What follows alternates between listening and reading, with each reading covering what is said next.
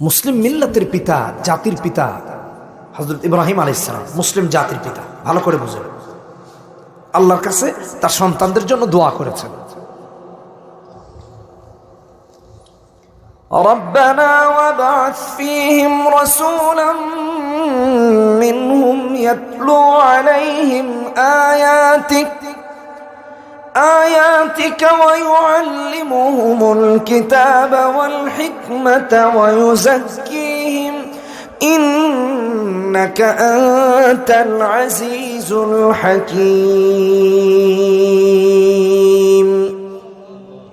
সূরা বাকারা 129 নম্বর আয়াত, 19 নম্বর পৃষ্ঠা প্রথম পারা।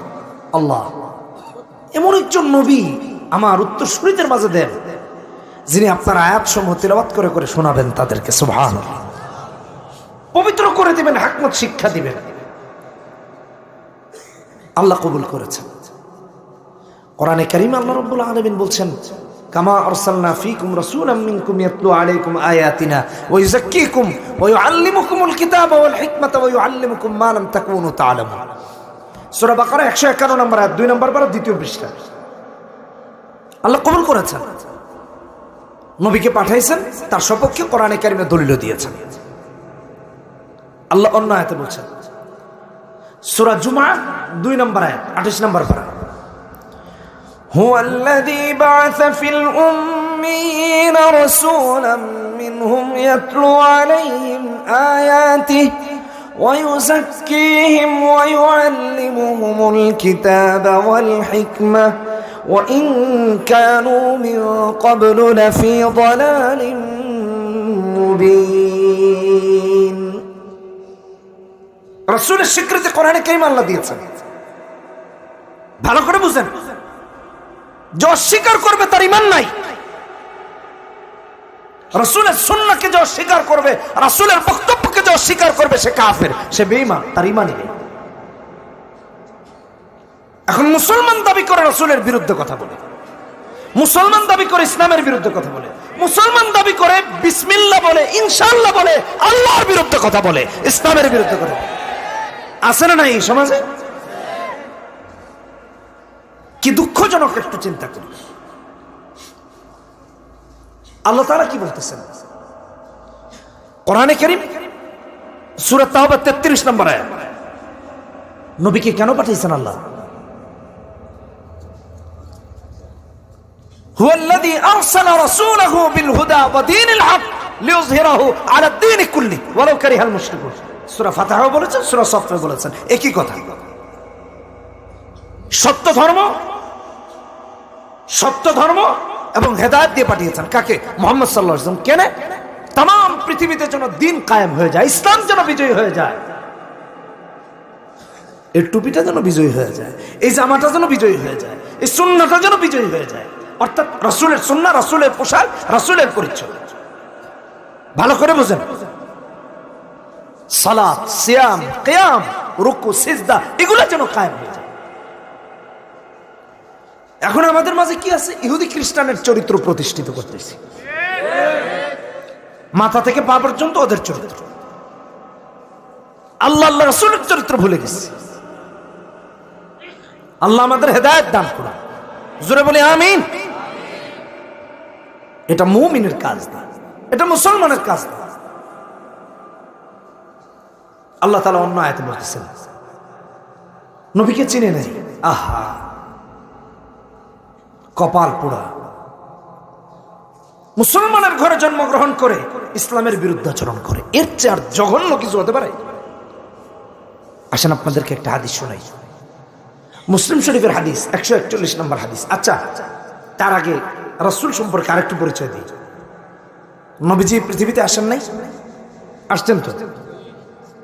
9 রবিউল আউয়াল, 8 রবিউল আউয়াল, 12 রবিউল আউয়াল, 3টা মত আছে। সব থেকে প্রসিদ্ধ মত হলো 9 রবিউল আউয়াল। ভালো করে বুঝেন, আরবের স্কলারদের কাছে, আরবের বিজ্ঞ ব্যক্তিদের কাছে 9 রবিউল আউয়ালে রাসূল পৃথিবীতে আগমন করেছেন। 571 খ্রিস্টাব্দ 20 এপ্রিল পৃথিবীতে আসছে। আহা, আজকে পৃথিবীতে রাসূলের উপর কতটা বেশি জুলুম হচ্ছে তা ভাষায় প্রকাশ করার মতো না। অথচ রসুল ছিলেন এতিম নবী, এতিম রসুল ছিলেন। মার পেটে যখন, তখনই বাবা নাই। ভালো করে বুঝলেন, পেটে মায়ের, বাবা নাই। পৃথিবীতে আসার 6 বছর হলো, মাও নাই। 6তম বছরে মাও পৃথিবী ছেড়ে বিদায় নিয়েছিলেন। আচ্ছা বলেন, যার মা নাই, বাবা নাই, পৃথিবীতে তার গার্ডিয়ান আর কে? দাদা আব্দুল মুত্তালিব। দাদা আব্দুল মুত্তালিব। আব্দুল মুত্তালিবও মারা গেলেন, এখন গার্ডিয়ান হলেন চাচা আবু তালেব। কে কে? এগুলো মনে রাখতে হবে তো। কে? আবু তালেব। 40 বছর বয়সে রাসূল ওহী পেয়েছেন, নবুয়তি পেয়েছেন।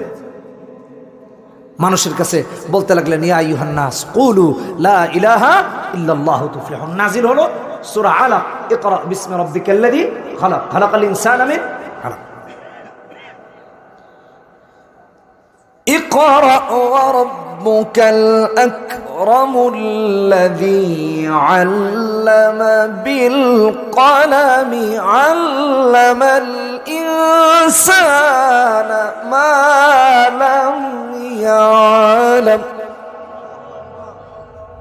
ওহী নাযিল হয়েছে নবীর উপর। কোরআনের দাওয়াত দেওয়া আরম্ভ করলেন, ইসলামের দাওয়াত দেওয়া আরম্ভ করলেন। ক্ষমতাবান তো আছে কিছু, তাই না? এখনো দেখবেন যাদের ক্ষমতা, হকের কথা বললে কয় হাত ভেঙে দিবে, পা ভেঙে দিবে। নবী কোরআনের দাওয়াত দেওয়া আরম্ভ করেছেন, ইসলামের দাওয়াত দেওয়া আরম্ভ করেছেন, তাওহীদের দাওয়াত দেওয়া আরম্ভ করেছেন। কাফের বেঈমানরা কয় মুহাম্মদ হাত ভেঙে দিবে, পা ভেঙে দিবে। কি আবার এক আল্লাহ? নাউযুবিল্লাহ। লাত, মানাত, উজ্জা, হবলের বিরুদ্ধে আচরণ করছো তুমি। তুমি আমাদের প্রতিমাদেরকে অপমান করছো, আমাদেরকে লাঞ্ছিত করছো, আমাদেরকে অপদস্থ করছো, অপমানিত করছো। রাসূলকে হুমকি দেওয়া আরম্ভ করেছে। মুহাম্মদ সাল্লাল্লাহু আলাইহি ওয়াসাল্লাম মন খারাপ, চাচার বাসায় এসে, আবু তালেবের বাসায় এসে কাঁদছে। আবু তালেব আপাদমস্তকে একজন কাফের। আবু তালেব বলছেন, ভাতিজা কাঁদছো কেন? কি হয়েছে তোমার? কেউ কিছু বলছে? নবীজি বলছেন, চাচা ওরা তো বলেই, কিন্তু আমি তো বিচলিত নয়, আমি তো ভীত নয়, আমি তো সন্ত্রস্ত নয়। না ঠিক আছে, ঠিক আছে, থাক থাক, আমি তো ভীত সন্ত্রস্ত না। আবু তালেব বলছেন, চাচা যান, এর চেয়েও যদি কঠিন সিচুয়েশন হয়, আমার এক হাতে চাঁদ, আমার এক হাতে যদি সূর্য এনে দেওয়া হয়, তা তো কালেমার দাওয়াত দেওয়া কেউ আমাকে বন্ধ করাতে পারবে। এত আস্তে, এত আস্তে কেন? হ্যাঁ, কালেমার দাওয়াত দেওয়া বন্ধ করাতে কেউ পারবে না। আবু তালেব বলছে, ভাতিজা তুমি দিনের দাওয়াত দাও। দেখেন কাফের, কিন্তু তুমি দিনের দাওয়াত দাও, ইসলামের দাওয়াত দাও, কোরআনের দাওয়াত দাও।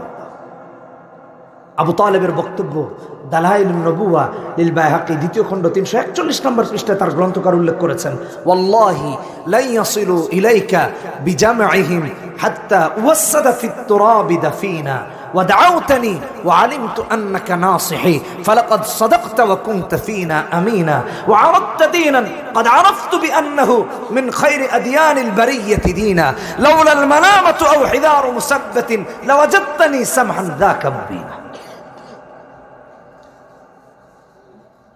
আবু তালেব বলছেন, ভাতিজা আমার, মন খারাপ করো না, কান্না করো না। তুমি কাঁদলে আমার কষ্ট হয়।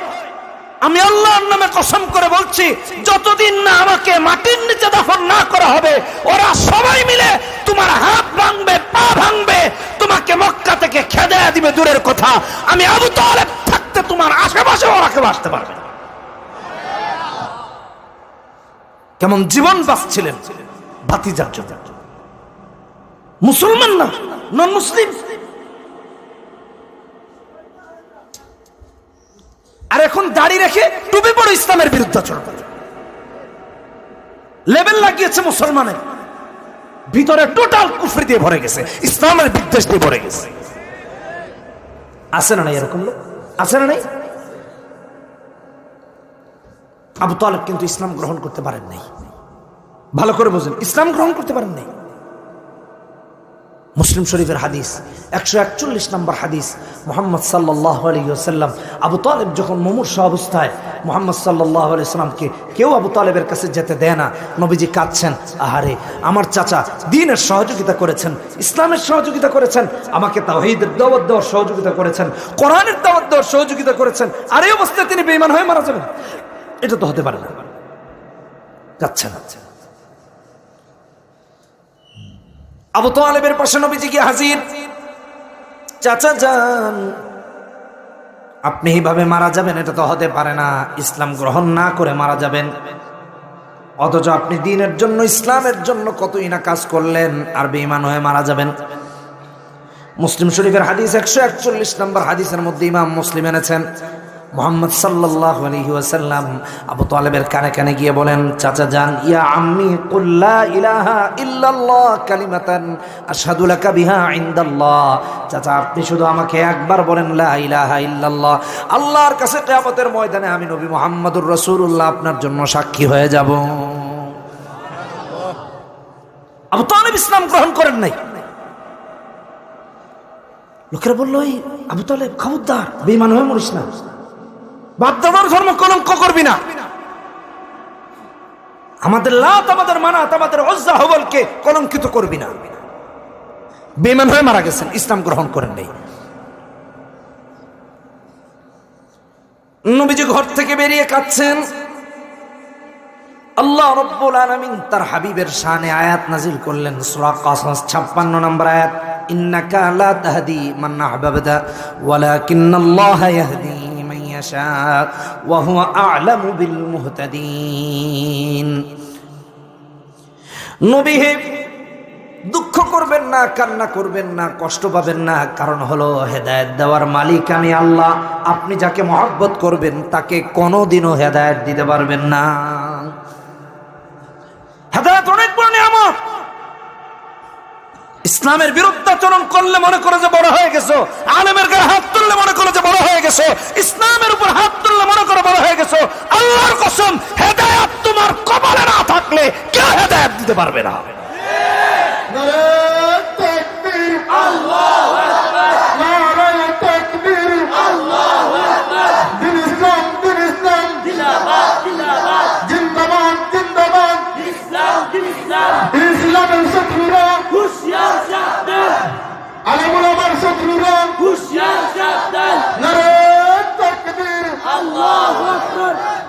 হেদায়েত অনেক বড় নিয়ামত। কোন নবী পেয়েছি আর নবীর বিরুদ্ধাচরণ করি, কোন নবী পেয়েছি আর ইসলামের বিরুদ্ধাচরণ করি। এই যে একটা রাত গেল, কি না হলো, ঢাকা শহরে 10 জায়গার বেশি আগুন লেগেছে ফানুসুরি। আনন্দ উদযাপন করতে গিয়ে কতজনের বাড়ি চলেছে। এগুলো রাষ্ট্রীয়ভাবে আইন করে নিষিদ্ধ করা উচিত। কথা বুঝেন না? এটা বাংলাদেশের ঐতিহ্য না, এটা বাঙালিদের ঐতিহ্য, এটা বাংলাদেশিদের ঐতিহ্য। আর ইসলামের বেলায় আসলে একেবারে অস্থির। কিছু তথাকথিত বুদ্ধিজীবীদের দেখবেন বোরখা পড়লে বলে, হ্যাঁ শাড়ি পরলো না, সিঁদুর দিল না, বাঙালিদের ঐতিহ্য থাকলো না, তো ওইটা বুঝে ওর দাদার ঐতিহ্য। বেয়াদব কথাকার, কথা বলেন না। এটা কার, এটা কার ঐতিহ্য? তুমি এগুলা পালন করার সময় চুপ থাকো, বরং গিয়ে দেখেন ওর বাড়িতেও পালন হয়েছে। ইসলামের বেলায় খালি ঐতিহ্য খুঁজে। আরে আমরা তো ঐতিহ্য আর ঐতিহ্য কিনা সেটা দেখি না, আমরা দেখি আল্লাহ কি বলেছেন, আমরা দেখি রাসূল কি বলেছেন। এর চেয়ে বড় কথা আর কিছুই আল্লাহর জমিনে হইতে পারে না। আর কারো কথা বড় হবে? মুমিনের কাছে হইতে পারে। কোরআনে কারীমে আল্লাহ তাআলা রাসূলের শানে বলছেন, ওয়ামা আরসালনাকা ইল্লা রাহমাতাল লিল আলামিন। কোরআনে কারীম সূরা আম্বিয়া 107 নম্বর আয়াত, 17 নম্বর পারা, 10 নম্বর পৃষ্ঠা। রহমতের নবী মুহাম্মদ সাল্লাল্লাহু আলাইহি ওয়াসাল্লাম কোরআনে কারীম খুলে দেখেন, আল্লাহ রাব্বুল আলামিন সূরা সাবা 28 নম্বর আয়াত, ওয়ামা আরসালনাকা ইল্লা কাফাতাল লিন-নাস লিন-নাস বাশীরান ওয়া নাযীরা ওয়ালাকিন্না আকসারান নাস লা ইয়ালামুন ওয়ালাকিন্না আকসারান নাস লা ইয়ালামুন। तमाम বিশ্বের সমস্ত মানুষের জন্য নবী ভীতি প্রদর্শনকারী সংবাদদাতা, সংবাদ দিয়েছেন, কোরআন পৌঁছায়ছেন, হাদিস পৌঁছায়ছেন। কিসে মুক্তি, কিসে আপনার আমার পরিত্রাণ, কিসে নাজাত, কোনটা করলে আল্লাহ খুশি হন, কোনটা করলে রাসূল খুশি হন, রাসূলের পদাঙ্ক অনুসরণ করা যায়, আল্লাহ তাআলার অনুসরণ, আল্লাহ রাব্বুল আলামিন নির্দেশনা অনুকরণ করা যায়, আল্লাহ রাসূল বলে গিয়েছেন। তারপরও আপনি আর আমি মানি না। আল্লাহ বলছেন ওয়ালাকিন্না আকসারান নাসি লা ইয়ালামুন, অধিকাংশ মানুষই তা জানে না, অধিকাংশ মানুষই তা জানে না। আরে আপনার আমার কপাল কি এতটাই খারাপ হয়ে গেল যে আপনি আর আমিও রাসূলকে চিনি নাই, রাসূলের বিধান জানি না, ইসলামের বিধান জানি না, শরীয়তের বিধান জানি না, রাসূলের সুন্নাহ জানি না, আল্লাহ তাআলার হুকুম আহকাম জানি না। আল্লাহর কাছে কি জবাব দিব এটা একটু চিন্তা করে দেখি তো, আল্লাহর কাছে কি জবাব দিব? ওয়ালাকিন্না আকসারান নাসি লা ইয়ালামুন, সেই অধিকাংশ মানুষের মাঝে কি আপনি আর আমি পড়ে যাই কিনা একটু হিসাব করে। আল্লাহর কাছে হাসরের মাঠে জবাবদিহিতার কাতার দাঁড়ানো লাগে। কোরআনে কারীমের জন্য আল্লাহ বলেন সূরা মুমিনুন 10 নম্বর আয়াত, আম লাম ইয়ারিফু রাসূলাহুম ফাহুম লাহু মুনকিরুন, তারা কি তাদের রাসূলকে চেনে নাই, ফলে তারা রাসূলকে অস্বীকার করছে? আমার কথাটা খেয়াল করে বোঝা লাগবে। এই এখানে মাশাআল্লাহ অনেক যুবক দেখতে পাচ্ছি। এই যুবকরা, তুমি কি তোমার রাসূলকে চেনো না? রাসূল কি 9 নম্বর জার্সি পরে ঘুরেছিল না, পিছনে 9 নম্বর লাগিয়ে? রাসূল কি ওই চোরদের মতো চুল কেটেছিলেন না, এরকম সারা মাথায় নাই, মাঝখান দিয়ে কিছু আছে, তারপর সেটা আবার তেল মোবিল দিয়ে দাঁড় করে হাঁটছিলেন না?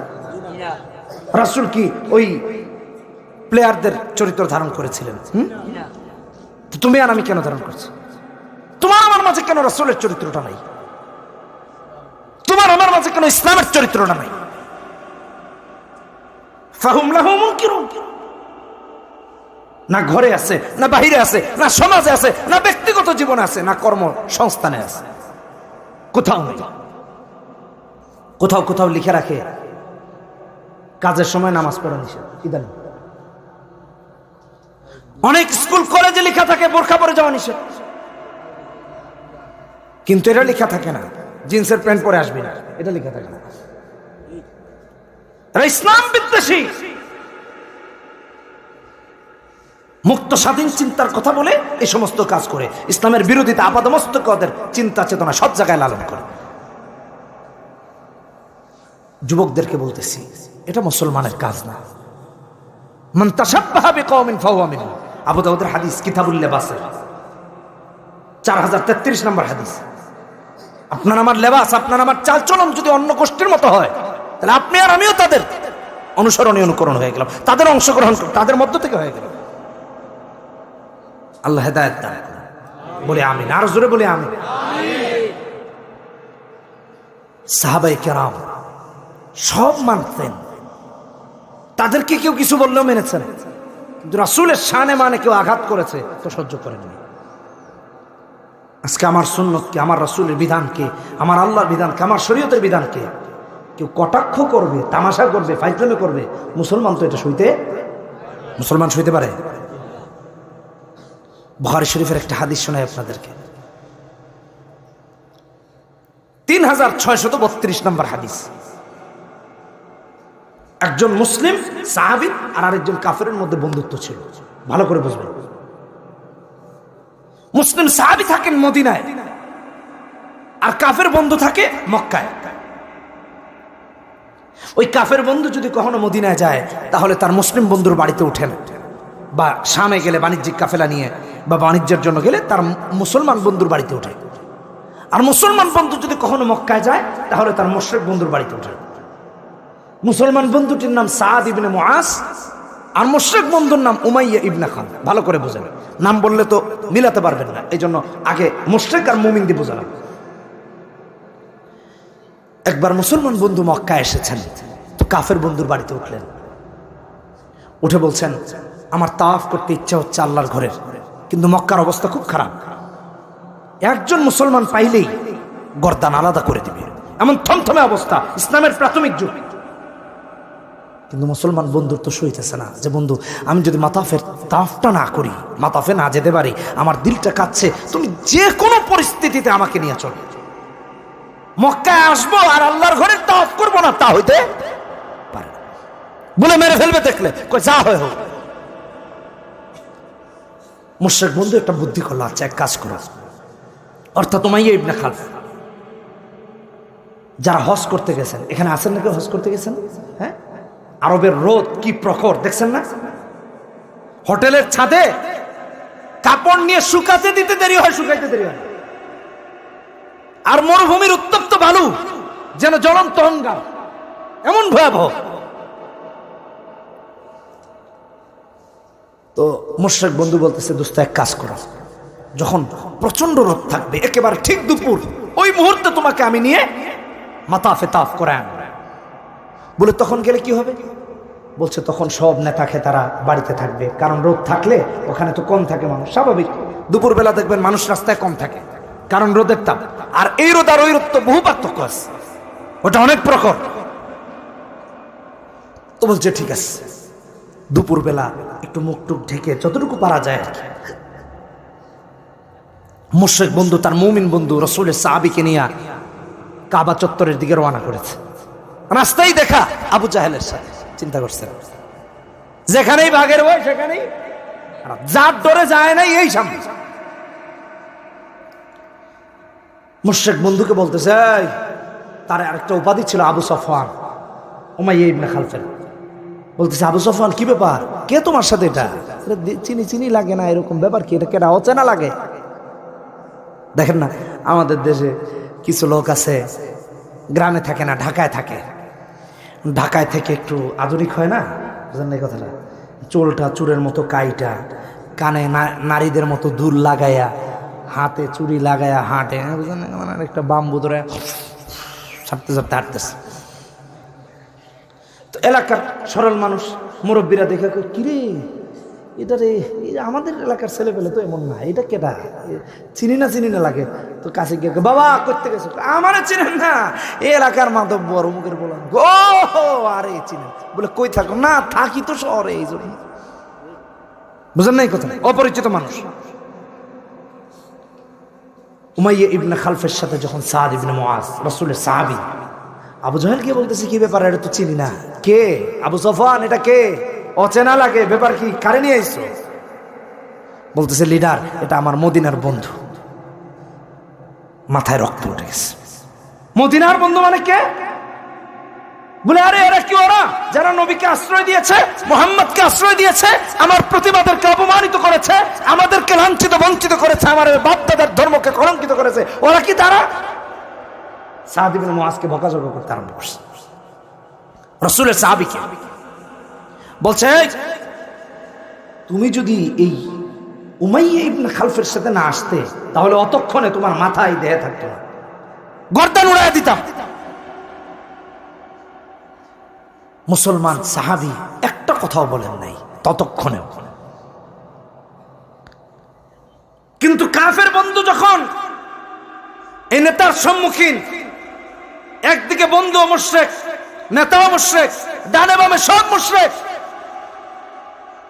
মুশরিকদের লিডার আবু জাহেল বলতে লাগলো রাসূলের শানে, মুহাম্মদ সাল্লাল্লাহু আলাইহি সাল্লামকে নিয়ে গালাগালি করতে আরম্ভ করছে। নাউজুবিল্লাহ। আমার কথা কি বোঝা যায়? সাদ ইবনে মুআজ রাগ হয়ে গেলেন।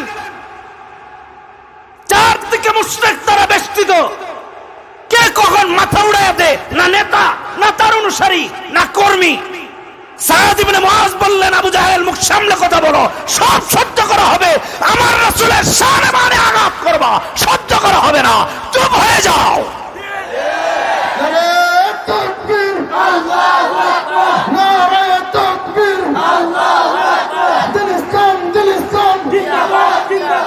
ইসলামের শত্রুরা হুঁশিয়ার সাবধান, আল কোরআনের শত্রুরা হুঁশিয়ার সাবধান, আলেমুলামার শত্রুরা হুঁশিয়ার সাবধান, নারায়ে তাকবীর, আল্লাহু আকবার। আবু জাহেলকে বললেন, চুপ হও, আমার রাসূলের শানে কথা বলবা, এটা বরদাস্ত করব না।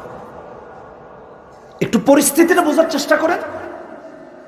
একজনও ওনার সঙ্গী নেই, দোস্ত যে আছে এও আবার কাফের।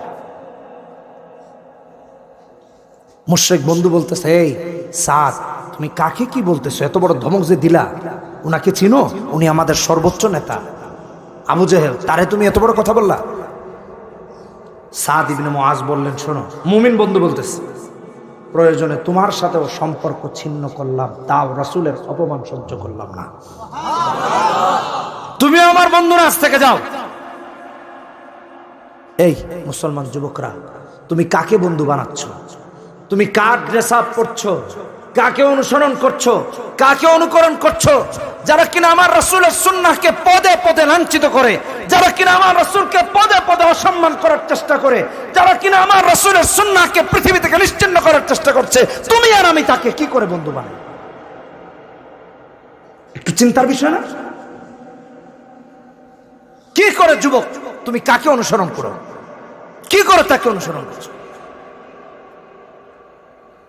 নেতারে বললেন চুপ হও, মদিনার পথ বন্ধ করে দিব। আর তার মুশরিক বন্ধু উমাইয়া ইবনে খালফকে বললেন, তুমিও সাবধানে থেকো, আমি রাসূলকে একবার বলতে শুনেছি তিনি তোমাকে হত্যা করবেন। এদিকে এরে রাখছে দৌড়ে, আন্তর্জাতিক দৌড়ে, কারণ যদি সামনে না যেতে পারে তাহলে তো ব্যবসা বাণিজ্য শেষ, আর মদিনা ছাড়া যাওয়ার উপায় নেই। আন্তর্জাতিক নেতারে আন্তর্জাতিক হুমকি দিচ্ছে, মদিনার পথ বন্ধ। আর দোস্তরে বলছে তুমিও সাবধান থাকো, মুহাম্মদ সাল্লাল্লাহু আলাইহি সাল্লামকে বলতে শুনছি যে তোমারে মারবেন। অত ডরে শেষ। কারণ নবীজি কোনোদিন মিথ্যা কথা বলেন নাই, এটা তারা জানে। আর এই কথা যদি রাসূল বলে থাকেন, তার মানে এটাও কি সত্য? ওর ঘুম হারাম হয়ে গেছে। কয় আচ্ছা দোস্ত, সত্যি এটা মুহাম্মদ সাল্লাল্লাহু আলাইহি সাল্লাম বলছেন? কয় হ্যাঁ। আসলেই বলছেন? কয় হ্যাঁ।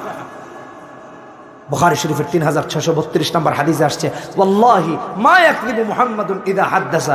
এবার এই মুশরিক বন্ধু বলতেছে, দোস্ত সত্যি যদি এটা নবী বলে থাকেন তাহলে নবীর কথা সত্য, নবী মিথ্যা কথা বলেন না। আল্লাহর কসম, নবী মিথ্যা কথা বলেন না। নিজের হত্যার ব্যাপারে নিজেই বলতেছে, আল্লাহর কসম আমারে মারবে। চিন্তা করছেন? একজন কাফেরের বিশ্বাস রাসূলের কথার উপর, আর আপনার আমার বিশ্বাস আছে কিনা একটু নিজেকে নিজে প্রশ্ন করবেন। বাড়িতে গেছে, বাড়িতে গিয়ে বউকে বলতেছে, বউ জানো কি হয়েছে? বলি কি হয়েছে? দুঃখ সুখ গিয়া কয় না বোর কাছে, আজকের দুঃখটা তো মারাত্মক, এটা বউরে না বললে হবে। তো বলতেছে, জানো আমার মদিনার বন্ধু সাদ ইবনে মুআজ অর্থাৎ মুসলমান বন্ধু বলেছে মুহাম্মদ সাল্লাল্লাহু আলাইহি সাল্লাম নাকি আমাকে হত্যা করবেন। স্ত্রী অর্থাৎ বউ শুনে বলে, ওয়াল্লাহি মা ইয়াকযিবু মুহাম্মাদুন ইযা হাদাসা। এই শোনো, মুহাম্মদ সাল্লাল্লাহু আলাইহি সাল্লাম যখন বলেছেন এটা মিথ্যা না, মারবেনি তোমারে। যার কাছে গিয়ে দুঃখ কইল, ওর কাছ থেকে সান্ত্বনা পাওয়ার কথা, এও কয় আল্লাহর কসম খবর আছে। চিন্তা করছেন? তার কওয়া উচিত ছিল না, আরে কি কোনা আমার জামাই কত বড় যোদ্ধা, একটু পাম্পটি দেওয়া, বুঝেন না বিষয়টা? কিচ্ছু পায় নাই। ওয়াল্লাহি মা ইয়াকযিবু মুহাম্মাদুন ইযা হাদাসা। রাসূলের কথা সত্যায়নের ক্ষেত্রে স্বামীর বিরুদ্ধে গিয়ে বলতেছে, যদি নবী বলে থাকেন তাইলে সত্য, খবরদার। আরো কি বলতেছে জানেন? কই জামাই খবরদার মক্কার বাইরে যাও না, মক্কার বাইরে যাও না, কোনোদিন ভুলও পাড়া দিও না, কারণ নবী মিথ্যা কথা বলেন না, তার মানে তোমার মারবে। এখন যাই হয় নাই হয়, এই মুশরিক বন্ধু আর মক্কার সীমানার বাইরে যায়। তার কিছুদিন পর মুসলমানরা বাধা দিল এক বাণিজ্যিক কাফেলাকে, তাদের মুশরিকদের। তারা সংবাদ পাঠালো মক্কায়, আবু জাহেল সৈন্য সামন্ত রেডি করা আরম্ভ করলো যে চলো গিয়া ওদেরকে উদ্ধার করি, নইলে মুসলমানরা মেরে ফেলবে। এদিকে সবাইকে রেডি করতেছে, সবাই রেডি হয় যুদ্ধের জন্য। আর উমাইয়া ইবনে খালফ খালি আবু জাহেলের দেখলে উল্টা পথে তো, আমি নাই তোরা যা। সেও কিন্তু গোত্রের লিডার ছিল, কমের সর্দার ছিল উমাইয়া ইবনে খালফ, কিন্তু নবীর কথা এত সত্য যে যুদ্ধ যাবে না। আরবরা কিন্তু খুব বড় বড় বীর ছিল, কিন্তু এই কথা এত সত্য যে বীরত্বই শেষ। আবু জাহেল চিন্তা করলো, এর যদি না নেই তাহলে তার কওমের লোক একটাও যাবে না, তার মানে যুদ্ধে সৈন্য কম থাকবে, আর তাদের একটা প্রভাব অন্যান্য সৈন্যদের মধ্যে পড়বে, তাহলে এর তো নেওয়া লাগবে।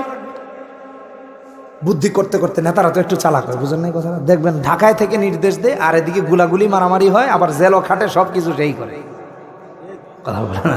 আর নেতা কিন্তু ওদিকে চম্পট, কথা বুঝেন না আমার? হ্যাঁ, নেতারা চালাক হয়। উমাইয়া ইবনে খালফকে কিভাবে নেওয়া যায়? আবু জাহেল চিন্তা করলেন, একটা বুদ্ধি বাইর করলেন। কিভাবে নামাজ হয়। হঠাৎ করে একদিন দেখতেছেন মাতাফ, মাতাফ মানে বুঝুন তো, ওই যে যেখানে তাওয়াফ করা হয়, কাবা চত্বর, কাবা চত্বরে একদিন উমাইয়া ইবনে খালফ দাঁড়িয়ে তার গোত্রের লোকদের উদ্দেশ্যে বক্তব্য দিচ্ছে। আবু জাহেল চিন্তা করলো এই চান্সে তারে লজ্জায় ফেলে হইলেও যুদ্ধে নেওয়া লাগে। একটা পাত্রে সুগন্ধি নিয়ে রওনা করছে তার দিকে, গিয়ে বলতেছে উমাইয়া তুমি কেমন বীর, যুদ্ধে যাবে না, কেমন নেতা হইলো, এই নাও মিয়া দৌড়ো, এই সুগন্ধি মেখে ঘরে বসে থাকো। এটা আরবের একটা প্রভাব ছিল। আমরা বলি না এই মেয়ে কি নেতা, একটা মিছিলে দেখি না, একটা আন্দোলনে দেখি না, কিচ্ছু না, ঘরে চুরি পরে বসে থাকো, চুরি পরে ঘরে বসে থাকো, কই কি কই না। এখন উমাইয়া ইবনে খালফ তো নেতা মানুষ, সব অনুসারীদের সামনে লজ্জা পাইছে, বুঝেন নাই কথাটা, শরম পাইছে না। লিডার আপনি আমার এত বড় লজ্জা দিলেন, এক্ষুনি আমি যুদ্ধে যাব। রাজি হয়ে গেছে, তার মানে ডাক কৌশল কাজে লেগে গেছে। বাড়িতে গেছে তরবারি টরবারি আনার জন্য, ঘোড়া টোড়া রেডি করার জন্য। বউ তো টেনশনে পড়ে গেছে, এটা কি পাগল হইল না, বলে জামাই কই যাও, কয় তো মুহাম্মাদের বিরুদ্ধে যুদ্ধে। কয় লা হাওলা, তুমি ভুলে গেছো নাকি? বলে কোন কথা? তোমার ওই যে মদিনার বন্ধু বললো মুহাম্মদ সাল্লাল্লাহু আলাইহি ওয়াসাল্লাম তোমার হত্যা করবেন। কয় আরে দূর, কি কথা কো, এটা কি আর মিথ্যা নাকি, এটা তো সত্য। বলে এই যে তাহলে তুমি যুদ্ধে যাচ্ছ? দূর তুমি বোকা, আমার ঘোড়ার চেয়ে দ্রুতগামী ঘোড়া এই কাফেলার মাঝে আর কারো নাই, যাচ্ছি ঠিকই, মাগার একটু যখন খালি আবু জাহেলের নজরটা এড়াইতে পারবো, পেছন দিয়া যে দৌড়টা দিব। কে যায় মক্কায়, কে যাবে মদিনায়, ভাগবো আমি নাই। সে তো এই চিন্তা রাখছে, আর আবু জাহেল তো ওই কথা শুনছে, ওয়াল্লাহি মা ইয়াকযিবু মুহাম্মাদুন ইযা হাদ্দাসা, যে আল্লাহর কসম নবী বললে এটা মিথ্যা বলেন না। এই কথা যখন আবু জাহেল শুনছেন, উনিও জানেন যে এই ছাগলটা পালাবে, এই বাটপাটটা ভাগবে, ওরে ধরা লাগবে। যুদ্ধে রওনা করছেন সবাই, আবু জাহেলের দৃষ্টি কারো দিকে না, ওর দিকে রিমান্ডে রাখছেন। উমাইয়া ইবনে খালফ বারবার ভাগার চিন্তা করছে, ভাগার সুযোগ খুঁজছে, কিন্তু একবারও ভাগতে পারে নাই। যুদ্ধ পর্যন্ত গিয়ে গড়িয়েছে, এই যুদ্ধ বদর প্রান্ত পর্যন্ত হয়েছে, বদরে যুদ্ধ হয়েছে, ঠিকই রসুলের কথা মিথ্যা হয় নাই, ও মারা গেছে জাহান্নামে। বদরে তার হত্যা করা হয়েছে। তার মানে হলো একজন মুশরিকের বিশ্বাস যে রসুল কথা বললে মিথ্যা বলেন না। আপনি আরবি, রসুল যা বলেছেন তা মিথ্যাচার করলে একজন কাফেরের তো বিশ্বাস নিতে চলে গেল। কথা বুঝেন নাই? এই বিশাল হাদিস থেকে দুইটা শিক্ষা। একটা শিক্ষা, দুনিয়া থাক আর না থাক রসুলের কথা সত্য। কথা বলেন ঠিক কিনা বেটি? রসুল যা বলেছেন তা এক নাম্বার। দুই নাম্বার হলো পৃথিবীর যেখানেই থাকি, যখনই যেভাবেই থাকি, কেউ যদি ইসলামের বিরুদ্ধাচরণ করে, কেউ যদি কোরআনের বিরুদ্ধাচরণ করে, কেউ যদি আপনার আমার রাসূলের বিরুদ্ধাচরণ করে, জীবনের শেষ রক্তের ফুটাটাও ইসলামের জন্য দিয়ে তা প্রতিহত করা হবে, তা প্রতিহত করা হবে। এই চিল্লায় কর না কেন, ঠিক না বেটি? মনে থাকবে তো ইনশাআল্লাহ? আপনি আর আমি রাসূলকে চিনি নাই, কাফের বেঈমানরা রাসূলকে চিনেছে। আল্লাহু আকবার, আল্লাহু আকবার। বুখারী শরীফের হাদিস, 5777 নম্বর হাদিস। একজন ইহুদি নারী, ইহুদিদের মধ্যে রাসূলের ব্যবহার কেমন ছিল একটু বুঝাই দিছি। এটা তো মুশরিক ছিল। খায়বারের যুদ্ধ হচ্ছে, বেশ কয়েকদিন হয়ে গেল, কেউ বিজয় হয় না। বুখারী শরীফের কিচ্ছা, 5777 নম্বর হাদিসের কিচ্ছা। ভাইরা আমার, বন্ধুরা আমার, যুবকেরা খেয়াল করে শোনো। ইহুদিদের সঙ্গে মুসলমানদের যুদ্ধ হয়, কেউ বিজয় হয় না, সবাই পেরেশান। সর্বশেষ মুসলমানদের বিজয় হলো। রাসূলুল্লাহ কেল্লার মধ্যে অবস্থান করছেন, দুর্গের মধ্যে অবস্থান করছেন। ইহুদিদের মধ্যে একজন ষড়যন্ত্রকারিণী নারী ছিল, যার নাম হলো যায়েনাব বিনতে হারেস। তারা জানতে পেরেছে নবীজি হাদিয়া গ্রহণ করেন, হাদিয়া দিলে রাসূল নেন, আর হাদিয়া দেওয়া নেওয়া কি সুন্নাহ। একটা বকরি জবাই করলো, ওই বকরির গোশতের মধ্যে বিষ মিশিয়েছে, মিশিয়ে রসুলের দরবারে নিয়ে হাজির করলো। আবার জানতে পেরেছে নবীজি বাহুর গোশত বেশি পছন্দ করেন, ওখানে বেশি করে বিষ মিশিয়েছে। রসুলের দরবারে নিয়ে হাজির করেছে, রসুল্লাহ হাদিয়া গ্রহণ করেছেন।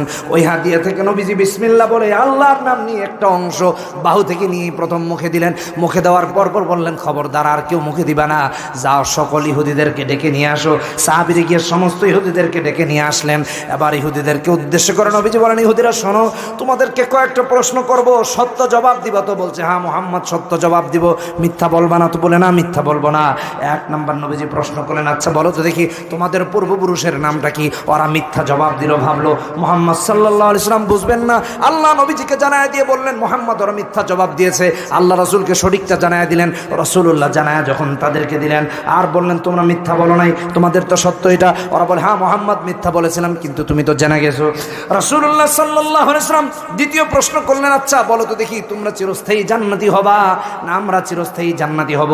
তাওহীদে বিশ্বাসীরা চিরস্থায়ী জান্নাতি হবে না তোমরা চিরস্থায়ী জান্নাতি হবা? কারা চিরস্থায়ী জাহান্নামী, কারা চিরস্থায়ী জাহান্নামী আর জান্নাতি?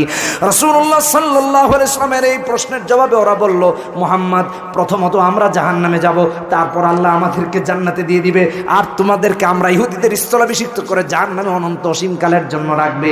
রাসূলুল্লাহ সাল্লাল্লাহু আলাইহি ওয়াসাল্লাম বললেন, এই জবাবটাও মিথ্যা দিয়েছ, বরং সত্য জবাব হলো ইমানদারেরা তাওহীদে বিশ্বাসীরা চিরস্থায়ী জান্নাতি হবে, আর কাফের বেঈমান যারা তাওহীদে বিশ্বাসী হবে না তারা হবে চিরস্থায়ী জাহান্নামী।